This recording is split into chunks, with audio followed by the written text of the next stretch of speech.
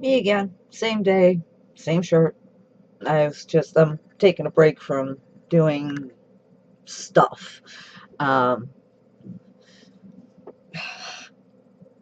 Whatever. Um, I can't ever figure out which side I'm going here. Mirror image thing.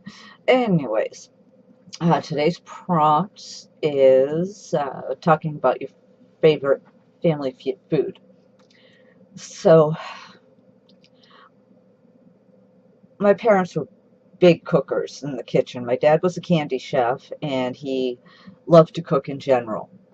We used to have dinner parties all the time. He would invite all his friends over, all the neighbors over, and he would cook just these huge meals. We'd have Sunday dinner every week with the family, and it was that was his thing. He liked to entertain. He liked to cook for people and make them happy and full.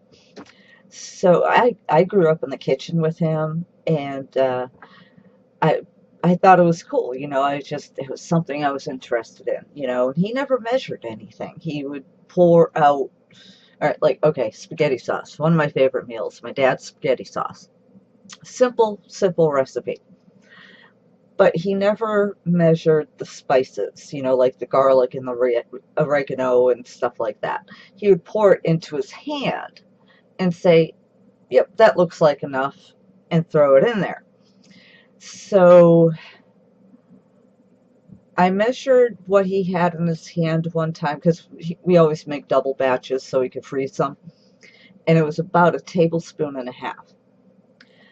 Now, I don't measure anything either when I'm making some of the family recipes. Like my dad's spaghetti sauce, I pour it into my hand, and I go, yep, that looks like enough, and I throw it in there. So with the family recipes, there's several. I mean, my dad's spaghetti and meatballs, and the meatballs have to be made the right way. Uh, my mother's side of the family has this thing. It's a New England thing. It's called American chop suey, and it has nothing to do with chop suey. It's a pasta dish. It's almost like well, some people would call it a goulash, but it's not. It's totally different from goulash. It's made with tomatoes, but you add sugar to it, so it's kind of sweet, and hamburger and rigatoni, and you mix it all together, and you got American chop suey. So my great grandmother on my mother's side, if, if my great grandmother on my mother's side, she was the one that was famous for making it, and she would purposely leave out an ingredient whenever she gave the recipe away to her friends, so it never tasted the same as hers because she had a little bit of a mean streak, I guess.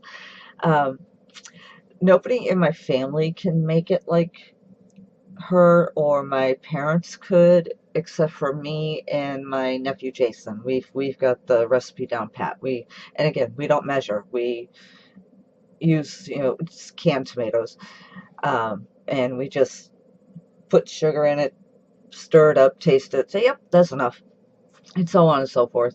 So I don't measure anything. But the main thing about my family recipes, my family food, is the memories that come with it. Sitting around the dinner table with my entire family, my sisters, my nephews, my niece. The neighbors would stop by and everything like that. It was just I miss my parents a lot when I think about that kind of stuff. I miss the dinner parties and stuff like that. And I wish I could carry that tradition over, with cooking. I love to cook. I mean, I absolutely love to cook. Both my sisters could give a flying fuck about it, but I love to cook. And I really wish that I could say, let's do dinner party or have Sunday dinners or something like that.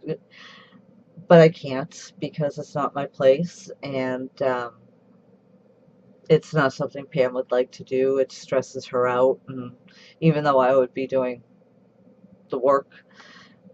It just, I don't know, maybe she's a little people anxiety. I don't know, I shouldn't say anything, it's not me.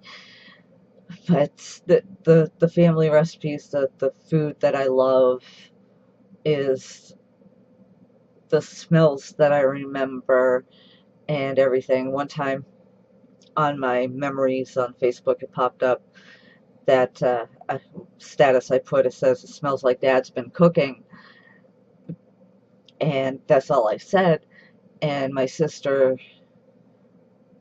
automatically knew that I was cooking either the American chop suey or his spaghetti sauce, and we started talking about how much we miss Dad and stuff like that.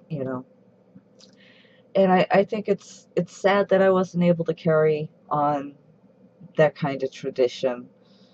Even when I was living in Florida and still around the family and everything, I couldn't, because of my ex, carry on that kind of tradition. And now I have no family. Uh, yeah, I don't have my blood family. Not that they would want to come over, but it's just different now, I guess. I don't know. Times have changed and shit like that. I don't know. It's depressing, isn't it? It's depressing that our families don't get together.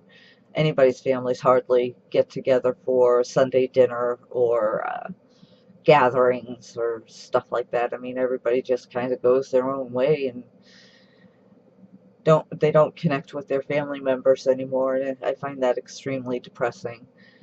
So, all right, that's enough. I'm making myself depressed, so I'm gonna start crying if I don't stop now. So I will see you guys later. I might do another video today with the same shirt, or maybe I'll change. I don't know. I'm a little hypomanic, but I've been kind of busy today. Talk to you guys later. Peace.